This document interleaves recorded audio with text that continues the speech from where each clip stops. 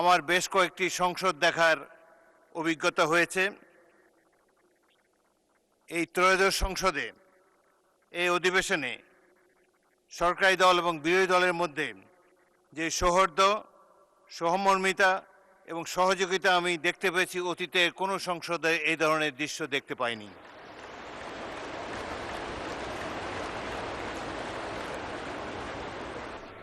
মাননীয় সদস্যবৃন্দ, মাননীয় সংসদ নেতা এবং প্রধানমন্ত্রীকে ধন্যবাদ জানাচ্ছি।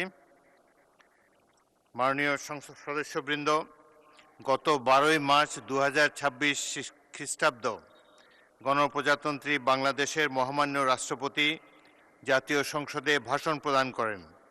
মহামান্য রাষ্ট্রপতির ভাষণ সম্পর্কে মাননীয় চিফ হুইপ মোহাম্মদ নুরুল ইসলাম যে ধন্যবাদ প্রস্তাব উত্থাপন করেন, তার উপর আলোচনা এখানেই শেষ হলো।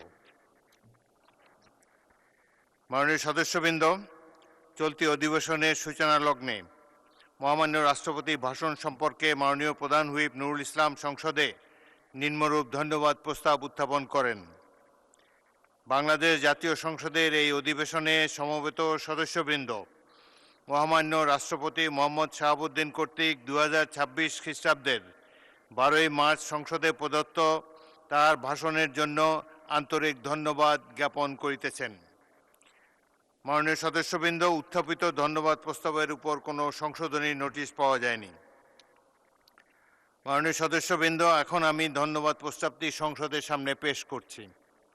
সংসদের সামনে প্রশ্ন হচ্ছে, মাননীয় প্রধান হুইপ মোহাম্মদ নুরুল ইসলাম এর প্রস্তাব অনুযায়ী মহামান্য রাষ্ট্রপতির সমীপে এই ধন্যবাদ বার্তা প্রেরণ করা হোক যে বাংলাদেশ জাতীয় সংসদের এই অধিবেশনে সমবেত সদস্যবৃন্দ, মহামান্য রাষ্ট্রপতি মোহাম্মদ শাহাবুদ্দিন কর্তৃক 2026 খ্রিস্টাব্দের 12ই মার্চ সংসদে প্রদত্ত তার ভাষণের জন্য আন্তরিক ধন্যবাদ জ্ঞাপন করিতেছেন। যারা এই প্রস্তাবের পক্ষে আছেন তারা হাঁ বলুন, যারা এই প্রস্তাবের বিপক্ষে আছেন তারা না বলুন। আমার মনে হয় হাঁ জয়যুক্ত হয়েছে, হাঁ জয়যুক্ত হয়েছে, হাঁ জয়যুক্ত হয়েছে। অতএব ধন্যবাদ প্রস্তাবটি সংসদে গৃহীত হল।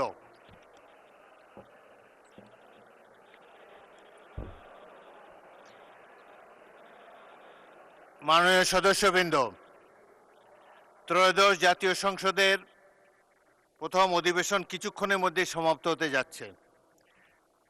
অধিবেশন সমাপ্তি সংক্রান্ত মহামান্য রাষ্ট্রপতির ঘোষণা পাঠ করার পূর্বে আমি আপনাদের উদ্দেশ্যে কিছু বলতে চাই।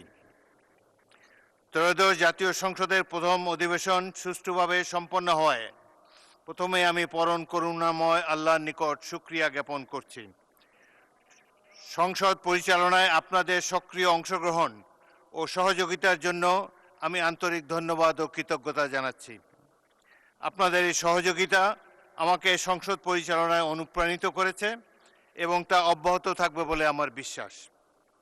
মাননীয় সদস্যবৃন্দ, দীর্ঘ 18 বছর পর জনগণের সুষ্ঠু, নিরপেক্ষ, স্বতঃস্ফূর্ত অংশগ্রহণে ত্রয়োদশ জাতীয় সংসদ নির্বাচন অনুষ্ঠিত হয়েছে।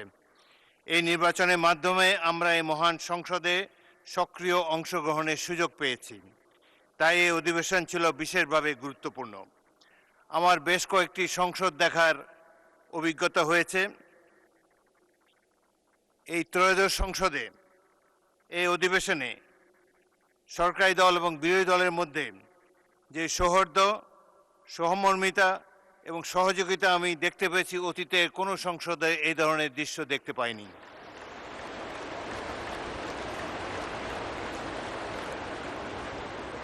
আমাদের সামনে গুরুত্বপূর্ণ হলো সংসদীয় গণতন্ত্রকে আরও শক্তিশালী করা, দেশের সার্বিক উন্নয়ন নিশ্চিত করা, আইনের শাসন প্রতিষ্ঠা করা এবং স্বচ্ছতা ও জবাবদিহিতা নিশ্চিত করা। আসুন আমরা সবাই একসঙ্গে কাজ করি। মতের ভিন্নতা থাকলেও দেশের স্বার্থকে সবার উপরে স্থান দেই। আমাদের কাজ ও আচরণের মাধ্যমে জনগণের আস্থা সুদৃঢ় করি। আমরা সংসদে একটি আন্তরিক ও সৌহার্দ্যপূর্ণ পরিবেশ প্রত্যক্ষ করেছি, যেখানে অংশগ্রহণকারী সকল মাননীয় সংসদ সদস্য সক্রিয়ভাবে আলোচনায় অংশগ্রহণ করেছেন। মাননীয় সদস্যবৃন্দ,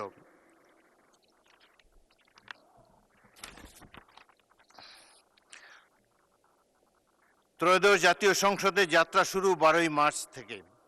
এবারে অধিবেশনে মোট বৈঠক দিবস ছিল 25টি, অধ্যাদেশ ছিল 133টি। অধ্যাদেশগুলোর বিপরীতে বিল পাশ হয়েছে 91টি। অধ্যক্ষার 2টি বিল সহ মোট 94টি বিল পাশ হয়েছে। আইন প্রণয়ন কার্যাবলী ছাড়াও এই অধিবেশনে 5টি স্থায়ী কমিটি গঠন করা হয়েছে এবং 2টি বিশেষ কমিটি গঠিত হয়েছে। কার্যপ্রণালী বিধির 62টি বিধিতে 16টি নোটিশ পাওয়া যায়। এর মধ্যে 2টির উপর আলোচনা হয়েছে। 68টি বিধিতে 9টি নোটিশ পাওয়া যায়। এর মধ্যে 1টি নোটিশের উপর সংক্ষিপ্ত আলোচনা হয়েছে। 71 বিধিতে গৃহীত 38টি নোটিশের উপর আলোচনা হয়েছে এবং 71 ক বিধিতে 2 মিনিট করে বক্তব্য দেওয়া হয়েছে 207 বার। 164টি বিধিতে 14টি নোটিশের মধ্যে 1টি নোটিশ গৃহীত হয়েছে এবং উহা বিশেষ অধিকার সম্পর্কিত স্থায়ী কমিটিতে প্রেরিত হয়েছে। 266টি বিধিতে 2টি বিশেষ কমিটি গঠিত হয়েছে। এই অধিবেশনে মাননীয় প্রধানমন্ত্রীকে উত্তরদানের জন্য সর্বমোট 93টি প্রশ্নের নোটিশ প্রদান করা হয়েছে। তন্মধ্যে 35টি প্রশ্নে তিনি উত্তর প্রদান করেছেন। বিভিন্ন মন্ত্রণালয়ের মাননীয় মন্ত্রীদের উত্তরদানের জন্য মোট 2509টি প্রশ্নের নোটিশ পাওয়া যায়। উক্ত নোটিশগুলোর মধ্যে মাননীয় মন্ত্রীগণ মোট 1778টি প্রশ্নের উপর উত্তর এই সংসদে প্রদান করেছেন। মাননীয় সদস্যবৃন্দ, ত্রয়োদশ জাতীয় সংসদে প্রথমবার স্পিকার হিসেবে দায়িত্ব পালন করার সুযোগ পেয়ে আমি আপনাদের কাছে কৃতজ্ঞ। সংসদ পরিচালনায় সরকার ও বিরোধী দলের সকল সদস্যের সহযোগিতার জন্য আন্তরিক ধন্যবাদ জানাচ্ছি। এই সংসদে মোট 220 জন সদস্য প্রথমবার সংসদ সদস্য হয়েছেন। এত সত্ত্বেও আপনাদের গঠনমূলক আলোচনা ও সহনশীল আচরণ আমাকে মুগ্ধ করেছে। আইন প্রণয়ন প্রক্রিয়া সহ সংসদীয় অন্যান্য কার্যক্রমে আপনাদের সহনশীল আচরণ ও গঠনমূলক আলোচনা আমাকে অভিভূত করেছে।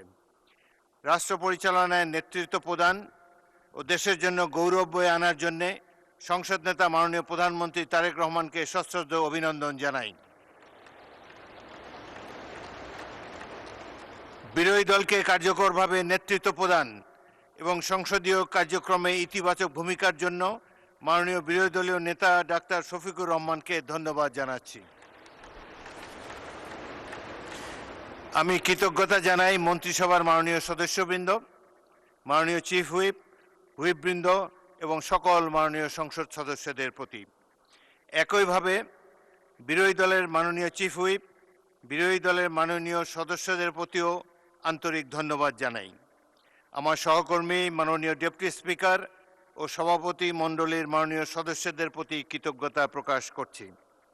আন্তরিক ধন্যবাদ জানাই সংসদ সচিবালয়ের কর্মকর্তা কর্মচারীবৃন্দ, সরকারের বিভিন্ন মন্ত্রণালয়, বিভাগ এবং দপ্তরের কর্মকর্তা কর্মচারীবৃন্দকে।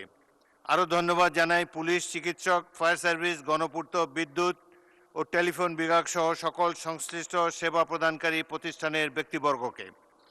জাতীয় পত্রিকা, জাতীয় দৈনিক পত্রিকা, বিভিন্ন সংবাদ সংস্থা, বাংলাদেশ বেতার, সংসদ, বাংলাদেশ টেলিভিশন ও বেসরকারি টিভি চ্যানেল সহ দেশের সকল গণমাধ্যমের সাংবাদিক, কর্মকর্তা ও প্রতিনিধিবৃন্দকে ধন্যবাদ জানাই। মাননীয় প্রধানমন্ত্রী ও বিরোধী দলের নেতা সংসদ সচিবালয় ও অন্যান্য দপ্তরের কর্মকর্তা ও কর্মচারীদের জন্য যে সম্মানী ভাতা প্রদানের প্রস্তাব করেছেন, আমি তা সাদরে গ্রহণ করেছি।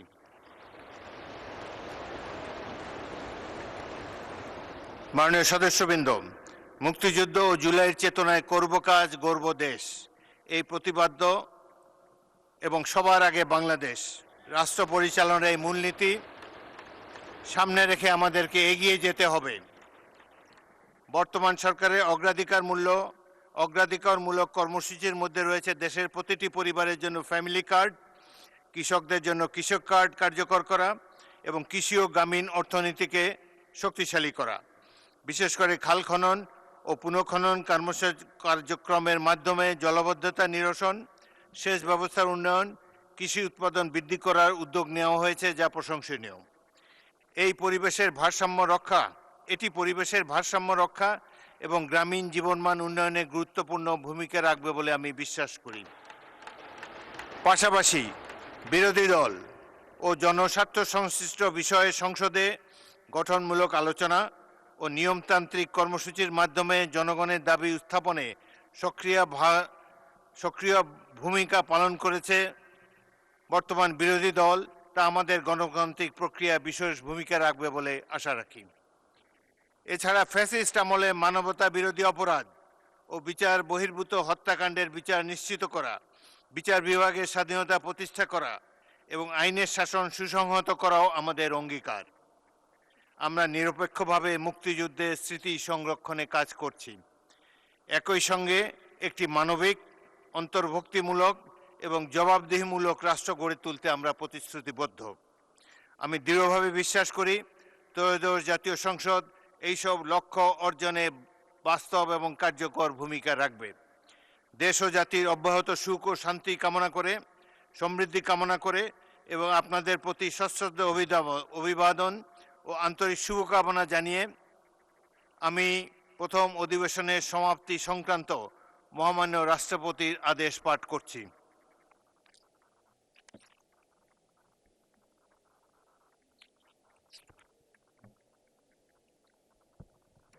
বিজ্ঞপ্তি। গণপ্রজাতন্ত্রী বাংলাদেশের সংবিধানের ৭২ অনুচ্ছেদের ১ দফায় প্রদত্ত ক্ষমতা বলে আমি গণপ্রজাতন্ত্রী বাংলাদেশের রাষ্ট্রপতি মোহাম্মদ শাহাবুদ্দিন ত্রয়োদশ জাতীয় সংসদে চলতি প্রথম ২০২৬ খ্রিস্টাব্দের প্রথম অধিবেশন ১৪৩৩ বঙ্গাব্দের ১৭ বৈশাখ মোতাবেক ২০২৬ খ্রিস্টাব্দের ৩০ এপ্রিল রোজ বৃহস্পতিবার বৈঠক শেষে এই অধিবেশনের সমাপ্তি ঘোষণা করছি। মোহাম্মদ শাহাবুদ্দিন, রাষ্ট্রপতি, গণপ্রজাতন্ত্রী বাংলাদেশ, ঢাকা, ১৪ বৈশাখ ১৪৩৩, ২৭ এপ্রিল ২০২৬। মাননীয় সদস্যবৃন্দ, ত্রয়োদশ সংসদের প্রথম অধিবেশনের সমাপ্তি ঘোষণা করছি। আপনাদের সবাইকে ধন্যবাদ ও কৃতজ্ঞতা জানাচ্ছি। বাংলাদেশ জিন্দাবাদ।